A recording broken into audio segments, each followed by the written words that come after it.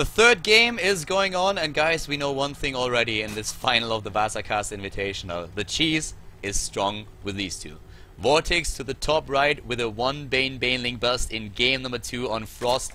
JJakji, his opponent, starting at the bottom left of Yonsu here, started things off with the command center first, and he was close. He was close of defending. His positioning of the Hellion was absolutely awesome. That was exactly what he needed, and he was very close to defeating Vortix, but in the end the Zerg player had 3 additional Banelings that did all the damage. They went in here and took him out. Were able to just kill all of those SCVs, but that looked really over for just a few seconds. But of course, with all those command centers, you can really come back into a game. But the Banelings, they took out so many Harvesters, it was absolutely insane. So a great game that we saw there, very interesting games, very cheesy at that, but still, having those 2 matches back to back is kind of fun. This is like the dynamic that you have in the best of 5, and I really like it. A double barracks opening on map number 1, and then suddenly we have that cheese on game number 2. So I feel if you look at the whole thing, the whole best of 5 in context right now, then it's a pretty cool start to what happens now. Think about it as a best of 3 that is going on. The problem is we have another start with a spawning pool, this time actually at 14 again. And this is just like both of them trying to get in each other's head. It's super fun to see that, because they will both be very, very careful of how they approach the matchup right now. And it's just like these mind games that will happen between the two of them. Who's gonna play aggressive? Who's gonna try and just go and play a standard game? And Vortix already with that style that he plays here, a little bit safer than what he played before. I mean, right now we have at the bottom left a very, very normal opening for JJakji. JJakji is going into gas, he's going into barracks, and with what he has there, he's currently looking at Reapers once again. So, with the Reapers, he will scout the main base of his opponent and find out what exactly is going on there.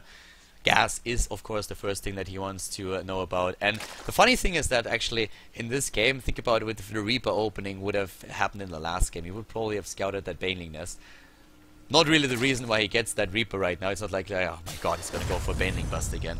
But he's definitely in a situation where he's now thinking about, okay, I want to know exactly what he does, because I did not anticipate this in the last game. So, yeah. We have the expansion for Vortix nearly done. And the Reaper is gonna just try to get maybe a kill. We had actually a few of those plays, especially JJakji had a really nice Reaper control earlier against Major and was able to kill quite a few units. But look at that! Wow! Oh my god! Vortix, why so good? Why so damn good? Zerglings lined up right over here, and the Queen as well. And why is that possible? Because he started with a spawning pool first. Because he didn't start with a hatch first, but he did start with a spawning pool. So JJakji just got a massive hit in his face. Like, he has no idea what's going on. He has no clue. He's like looking at this and like, well, that didn't work. I lost my Reaper. I didn't do anything with it. I didn't get scouting information. I didn't kill anything. Second Reaper is a little bit more successful. That takes down 2 of the Zerglings. But this is a pretty good start here for Vortix, denying the Terran player everything. So, talking about denying, this one Zergling is still trying to take down the SCV to deny this command center for a little bit longer, but didn't really work out for him in the end. In the top, we finally have the Reaper for JJakji skirting the edges of the creep and just saying like, alright, at least I know that you don't have gas. But the double gas is in the meantime taken at the natural. So he takes the double hatch here right away. And as the double hatch, the double extractor, of course. The double hatch came into play as well, but in a bit of a different timing and different meaning. Third base for JJakji, not going for the Banshee build, at least not for the straight Banshee build right away. He could still, of course, try to pull that off with a tech lab, but for now he's just busy getting the reactor for the factory. And here comes the tech lab, so gonna be a Banshee after all. A little bit delayed though. The Overlord that we see down here could scout this. If he gets in there, he could get a quick look at what exactly is happening, and you always kind of know where that is positioned. So I expect that we're going to see that very, very soon when the Overlord then makes his way up there to check what's going to happen here at the front, and then he's going to see not only the command center but also, of course, the starboard with the tech lab. That gives it a bit away. The Reaper still trying to go for the harass, didn't kill anything else, did have another just route in the main base, having a quick look there. And while all this happens, Vortix is going for third base, but not only that. He adds a Roach Warren. And with a Roach Burn and another gas taken, he could very well go for Roach Aggression here. Well, he could also go for just a 1-1 timing. It's a timing that Hyun really liked to do. Getting a third base, getting double evolution chamber, and then going for a double upgrades and start to mass a gigantic amount of roaches and just go in with the +1/+1 upgrade and speed for the roaches as well. It's something that he could do. Don't really think that he will, but everything's possible. But for now, let's just not get ahead of ourselves. What we saw Vortix do so far is just start things off with a few roaches, just having a couple of them. And then once you have the roaches to defend against the Hellions and the Reapers, he went into a normal Ling Meter Baneling. And you can already see that right now this is kind of the style that he prefers as well. The Overlord did actually go in and see the Banshee preparation. One of the main reasons why we now have a Spore Crawler building. And of course the Lair Tech is allowing him to get the Observer.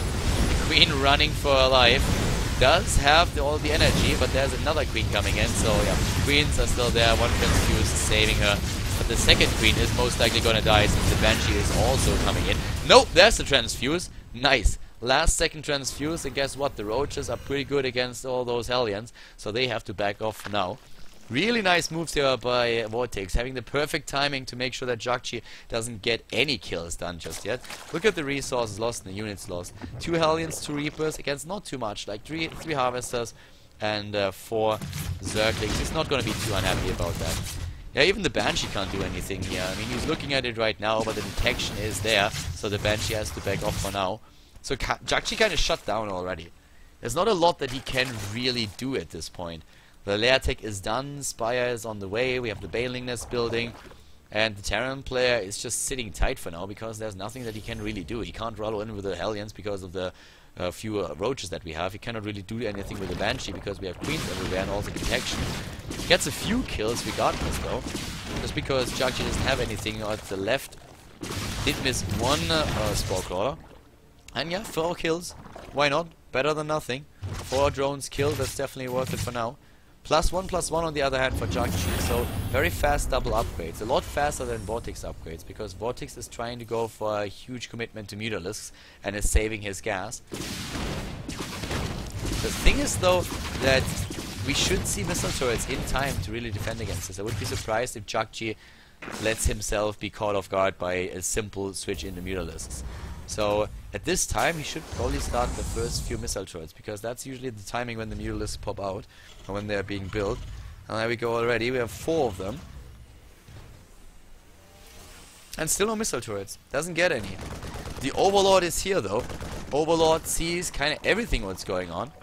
And JJakji without any Mutalisks at all. The Hellions running in again, trying to do their best to kill even more Harvesters. Being shut down very fast, but killed in total 8 additional ones. We're able to get a few more kills. Well, not really 8, sorry. He didn't really kill it. The Banshee, of course, killed like 4 or 5, so they killed like a few, but not too much. The thing is that those Mutalisks now are there in time to maybe even stop those missile turrets. No, he waits too long. He actually waits too long. He doesn't really have the numbers. Double missile turret right over here. Getting another one over there at the natural. And in the main base we have also another one. So a very clutch timing for him. And that's of course kind of what you want to do as, in general. It doesn't matter which race you play. You want to get those structures and those units at exactly the time when you need them and not before that. And that's exactly what JJakji did. He's looking at 130 supply. He has the +2 attack upgrade already started. He's way ahead in upgrades therefore. And Vortix with an amazing creep spread, the same which he did against MMA earlier today, also on the same map by the way, but still, in terms of everything else, he is starting to fall a little bit behind. Still has more supply though. Like if you just look at the supply numbers right now, we have, especially in army supply, a lead for him. But that's not all. That's definitely not all that he needs here, because the Mutalisks just don't do damage. But one of the strengths of Vortix is that his macro game is usually is absolutely top notch. We have another base for him started, a 4th. We're eventually gonna try to take his 5th here. And I'm very curious to see how JJakji is gonna use those upgrades. The upgrade lead is not there anymore. Upgrades are exactly the same. His 2-2 isn't done. Siege tanks are being sniped. And JJakji is actually using quite a few units here. But he's coming back and takes the queens of his opponent. The siege tanks, on the other hand, are lost for now. He doesn't have a single one left anymore. Very good economy. 74 harvesters for him. 74 SCVs. on 3 bases still is a very good saturation. 2-2, halfway done nearly, but Vortix also started his own +2/+2. Going in, attacking the rocks again, trying to take those out. And at the same time, that base is attacked, but we have 2 missile turrets and a few marines taking care of it, so it's not gonna die or anything like that. The Banshee already waiting for the one drone that is going to eventually build this base. If you would put it a little bit further forward, you could probably take down the drone before it builds it. Well, not quite happening, but that might be exactly the deny that he needs. Can he force the cancel? No, not in time. Too many Mutalisks. 19 Mutalisks already. And talking about the upgrades, the 2-2 is nearly done, but the +2/+2 for Vortix already halfway. Question is, there comes the infestation pit. Alright, I love this. I was just asking myself when he's going to build the infestation pit to start his hive tech, and he builds it even before the +2/+2 is completed. A very smart move by the mouse spots player from Spain. We have now the Marines moving in for JJakji, and also the Widow Mines of Corpaso of courses. They're just very mobile, and that's one of the biggest things that they have going for them. What are the Mutalisks doing there? Oh my god. Like, how many did he take down there? 8 Mutalisks were taken out in total, and quite a few in the last battle. That was overstepping it by JJakji, sorry, by Vortix. Absolutely. He did not have anything to gain there. His ground forces were way too far away. I don't think he paid attention to this. Banelings versus Widow Mines for now. Banelings versus Marines, and the Marines are mostly gone. JJakji is starting to fall behind an overall supply again. The Zerg forces are streaming down to that planetary fortress, and he wants to take that out. He will take that out. At the same time, there's a drop going on, though, sniping the spawning pool to the top right.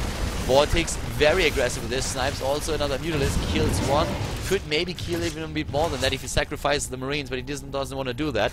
At the bottom of the map, we saw that planetary already go down in flames. And, well, looking at resources lost once more, and at units lost, 11 Mutalisks, 12 Harvesters against 8, so didn't kill another worker just yet. But look at this creep spat, Jesus, he is everywhere. The amount of creep tumors is currently at 53 already. 17 minutes in, and he's still spreading it. Here comes the Terran player trying to force it back. Could use a scan right now, and that's exactly what he does to take down all of those tumors. He needs to force it back. He needs to make sure that the Zerg player cannot fight on his own terms. That it's always the Terran player, he himself, who's able to just push in, and he takes a supply lead. He's currently looking at 115 army supply versus 87. And Vortix ahead in the worker supply, of course. Another set of units going over to that 4th base, that 5th base actually, taking down even more harvesters. The Baneling roll in and take it out, but we also have now the Terran player setting up a very nice position against the space to the top left. So the attack there was meant to divert JJakji, divert Vortix, to send his units to the right side of the map, and that allowed him to take down the one to the top left. Very well played here by Vortix on JJakji, both of them having really good moves, but it feels a little bit like JJakji at this point is the one who's making the better decisions. 3 upgrades for JJakji now on the way. Vortix has his own +2/+2 completed, but he doesn't start 3 features yet. The Hive is also done. Moves in again, tries to magic box that Thor. He kills most of the Marines with Banelings. Really nice hits here. The double Thor is starting to take away those numbers in Mutalisk. He's losing way too many. The nice targeting by JJakji. Thors will attack ground units if not being told otherwise, and a lot of Terran players lost the game because of it. But JJakji with perfect targeting, the Mutalisk numbers killed went up to 42. He currently does have only 2 Mutalisks left, and the 3rd base is also gone. JJakji with an absolutely brilliant engagement there. A very nice micro and macro that he showcased in this game so far. Vortix still holding on to this fight, but we have now JJakji just moving back, waiting with the medivacs for the rest of his reinforcements, trying to force the issue, trying to move in, maybe even kill the overlords and supply block his opponents. Needs to kill a few more for that, but so far the game has been going very well for the Terran player from Korea. And another Thor, making sure that no Vikings are ever going to do anything against this Terran army. GG has been called. JJakji wins game number 3, a 2-1 lead versus Vortix in the finals here at the VasaCast Invitational.